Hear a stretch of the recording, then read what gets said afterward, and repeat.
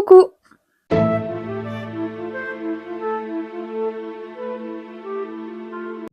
On se retrouve en Angleterre, plus précisément à Croydon, au sud de Londres. Nassen Sadi, jeune homme de 20 ans au moment des faits, originaire de Croydon, né en 2004 à Londres, il étudie l'éducation physique mais se oriente vers la criminologie à l'université de Greenwich. Il se passionne sur les tueurs en série, les meurtres violents et les affaires non résolues. Un peu comme moi, toi, vous, nous. Rien d'anormal. Il se crée des entités en ligne comme N-Skyle ou Ninja Killer. Il se plonge dans des documentaires criminels et fait des recherches sur les arts de tuer. Au début de l'année 2024, il commence à consulter de manière obsessionnelle des contenus sur les meurtres à l'arme blanche, les procédures judiciaires, les analyses ADN et les stratégies pour échapper à la police. Les serveurs de l'université détectent ces recherches inquiétantes. Ces recherches étaient comment se défendre après avoir tué quelqu'un, durée de vie de l'ADN et même comment planifier un meurtre parfait. Pendant ces cours, il va même poser des questions inquiétantes, bizarres à ses profs, sur la manière de s'échapper à une arrestation. Ses parents, inquiets de son obsession pour les armes, lui confient des couteaux ou même une hache et il va s'énerver et va quitter le domicile familial pour s'installer chez sa tante et son grand-père. Peu de temps après, il va acheter des couteaux qu'il va cacher dans ses murs et il va commencer tout doucement à s'équiper. On est le 24 mai 2023 vers 23h45 sur la plage de Bournemouth. Leanne Mills et Amy Gray, tous les deux de la trentaine et amis de longue date, décident de se promener au bord de la mer. Un soir censé être paisible, au moment de détendre entre elles, leur chemin croisera un homme, Nassen Sadi, un inconnu sans aucune provocation de leur part.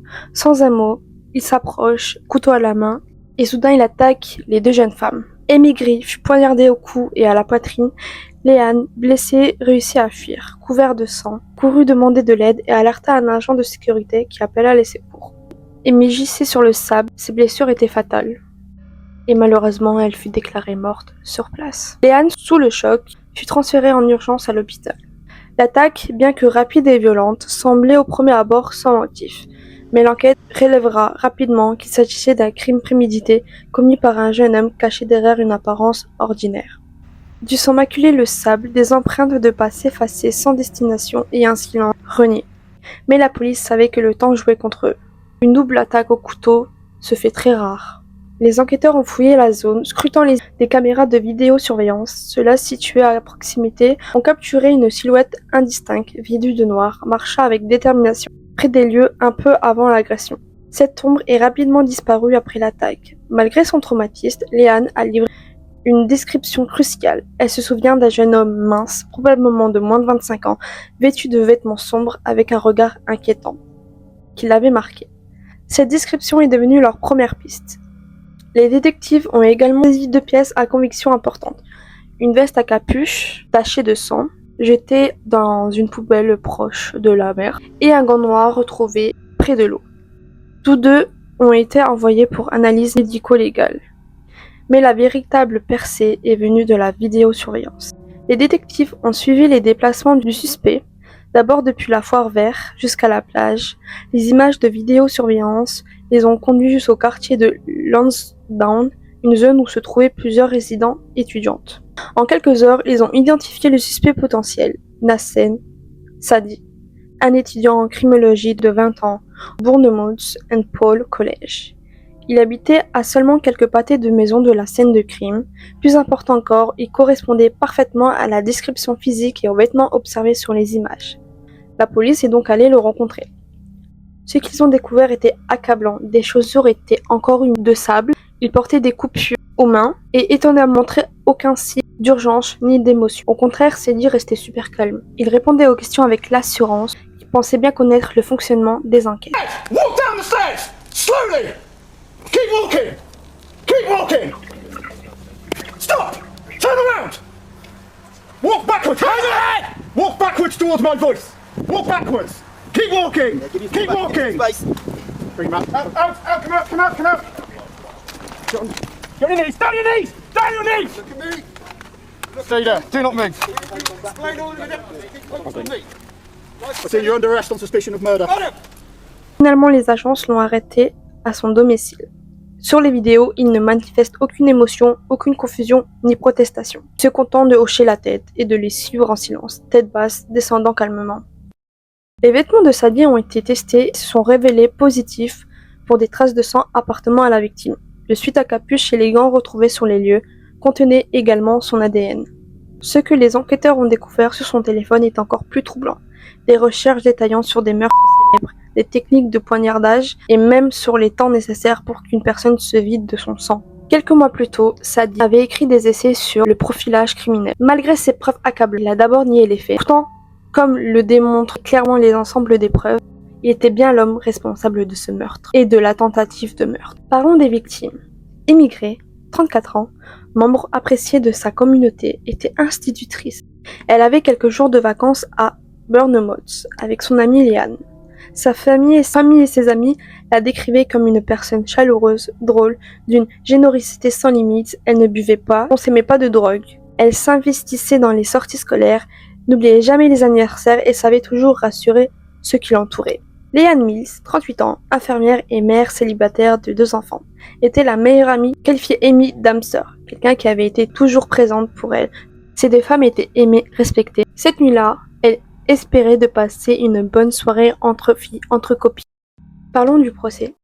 Le procès débute en 2024 au tribunal de la couronne de Westchester. Dès l'ouverture, l'atmosphère de la salle était lourde, chargée de chocs, de confusion et d'un air fascination. Comment un étudiant en criminologie a-t-il pu devenir meurtrier? C'était ça, la question que tout le monde se pose, y compris les jurys. Les preuves se sont révélées que Sadie avait minutieusement planifié son acte, il avait localisé les caméras, des vidéos de surveillance et choisi le meilleur endroit pour commettre son crime. À 22h43, le 24 mai, il quitte la maison, prêt à passer à l'acte, les caméras montrant en train de marcher. Avant sa condamnation, il n'avait jamais expliqué ses actes. Il n'avait fait aucun commentaire lors de son interrogatoire, ni même au procès. Il était condamné uniquement sur les bases des preuves accablantes. Mais c'est seulement devant le docteur Ronsonberg, psychiatre, ayant rédigé uniquement un rapport pour le tribunal qu'il a reconnu sa culpabilité. Son refus de plaider coupable, qui selon le tribunal ne révélait pas seulement une absence totale de remords, mais aussi une volonté de rechercher la notoriété en espérant de tirer un profit de l'attention médiatique du procès. Les procureurs ont présenté des preuves glaçantes des recherches effectuées par Sadie sur les agressions mortelles au couteau, des violences passées contre les femmes. Ils ont même des vidéosurveillance qui montrent qu'il quitte son domicile avec un couteau dissimulé sous son manteau, 2 heures avant l'attaque. Ce n'était pas un acte impulsif, mais une attention froide et calculée. Au tribunal, Liane Mills a témoigné derrière un écran avec une voix tremblante, a décrit ce moment terrifiant où elle avait vu son amie Amy s'effondrer sous les coups. Elle dira: je revis cette nuit chaque fois que je ferme les yeux. Je me souviens d'Amy qui s'effondrait, je me souviens du silence après l'agression. Je porte la culpabilité d'avoir survécu alors qu'elle n'a pas eu la chance. La famille d'Amy déclare: nous nous pardonnerons jamais à l'homme qui nous l'a enlevé, mais nous nous souviendrons toujours de la lumière qu'elle a apportée dans nos vies. Les experts médico-légaux ont expliqué au tribunal que Amy avait été poignardée à plusieurs reprises au cou et à la poitrine. Les précisions des coups démontrent qu'il connaissait les points vulnérables du corps, un fait que les procureurs ont directement relié à la formation en criminologie de Sadie et ses recherches sur Internet. La défense a essayé de le présenter comme une personne mentale, instable, ayant pété un plomb, mais l'accusé avait des preuves plus solides. Il s'agissait d'un crime fantasmé, planifié, étudié et finalement exécuté par Sadie. Après quelques semaines de débats de jury, ils ont mis moins de 3 ans pour rendre un verdict. Et il est coupable de meurtre et de tentative de meurtre. Le juge a qualifié l'attaque brutale et non provoquée. Il a décrit Sadie comme un individu dangereux, représentant un risque sérieux pour la société.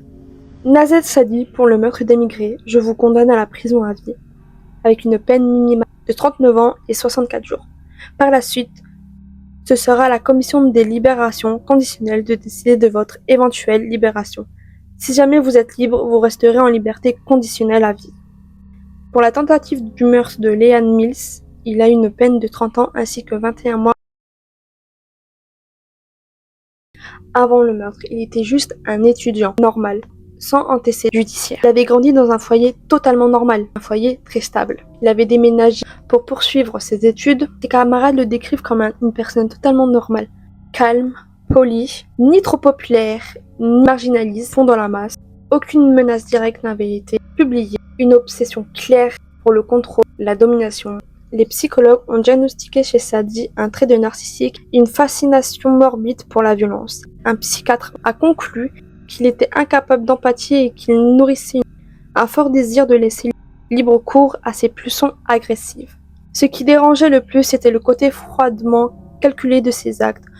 Aucun descendant de drogue, aucune plainte pour harcèlement, aucun traumatisme connu durant son enfance. Il a grandi dans un foyer stable de classe moyenne avec des parents présents et un accès à l'éducation. Il n'était ni isolé, ni en difficulté scolaire. Aux yeux de son entourage, il semblait ordinaire, voire bien intégré. Pourtant, derrière cette façade se cachait un esprit froid et méthodique, capable d'horreur. Sadie était ce genre de personne qui souriait en classe, tout en nourrissant des pensées meurtrières. Dans la nuit du 24 mai, il a cédé de rêver pour passer à l'acte. Ce qui rend cette histoire plus triste, c'est qu'elles ont rien fait. Cette histoire a même choqué tout le Royaume-Uni et aussi toutes les femmes à travers le monde entier. C'est un rappel brutal que le danger peut survivre à tout moment et n'importe où. Les jours à suivre, des hommages ont défilé sur les réseaux sociaux, des fleurs ont été déposées devant l'école où travaillait Amy par des élèves, et quelques semaines plus tard, Léa s'exprime dans une interview avec une voix tremblante. Il a essayé de nous faire taire, mais je suis toujours là et je continuerai à prononcer le nom d'Amy. Au Parlement, cette affaire a relancé le débat sur les violences faites aux femmes. Un député a déclaré « Ce n'est pas seulement un problème de police, c'est un problème de société. Nous devons arrêter d'élever des hommes qui considèrent la vie des femmes comme jetable. » Les défenseurs de la santé mentale ont aussi pris à part la discussion. Oui, Sadie souffrait peut-être de troubles de la personnalité, mais la grande majorité des personnes atteintes de troubles mentaux ne commettent jamais d'actes de violence. Le véritable danger, ont-ils souligné, réside dans les signes avant-coureurs non traités, non diagnostiqués et trop souvent ignorés. Quant à Sadie, il purge sa peine dans une prison de haute sécurité. Selon les rapports, il serait isolé, sous surveillance et montre aucun remords. Avec cette affaire, c'est aussi une part de notre société qui est mise en lumière. Une société où la haine envers les femmes, malheureusement trop souvent banalisée, trouve un terrain fertile, où certains choisissent de se prendre aux plus faibles, aux innocents, pour assouvir des pulsions destructives et un besoin malsain de domination. Avec la mémoire d'Amy et Léa, le combat des féministes qui refusent de se laisser cette violence impunie, nous devons tous nous lever pour protéger, écouter et agir. Parce que tolérer la haine des femmes, c'est laisser grandir l'ombre qui menace chacune d'entre nous. Voilà comment se termine l'histoire de Sadie qui a fait des études de criminologie pour commettre le parfait meurtre. En même pas 24 heures, il a été arrêté, ce clochard. Bref. J'espère que cette vidéo vous aura plu. Dites-le moi en commentaire. Est-ce que vous connaissez cette histoire? Moi non. Je suis tombée sur un petit TikTok et je me suis dit « Oh, elle a l'air intéressante ». Je me suis renseignée et je me suis dit « Ah ouais, quand même, elle est bien l'histoire ». Du coup, j'ai voulu vous la raconter. Je vous laisse commenter, partager, like, activer la cloche, abonnez-vous. Je vous laisse aussi me suivre sur mes autres réseaux sociaux et je vous dis à la prochaine et je vous fais des gros bisous. Bisous!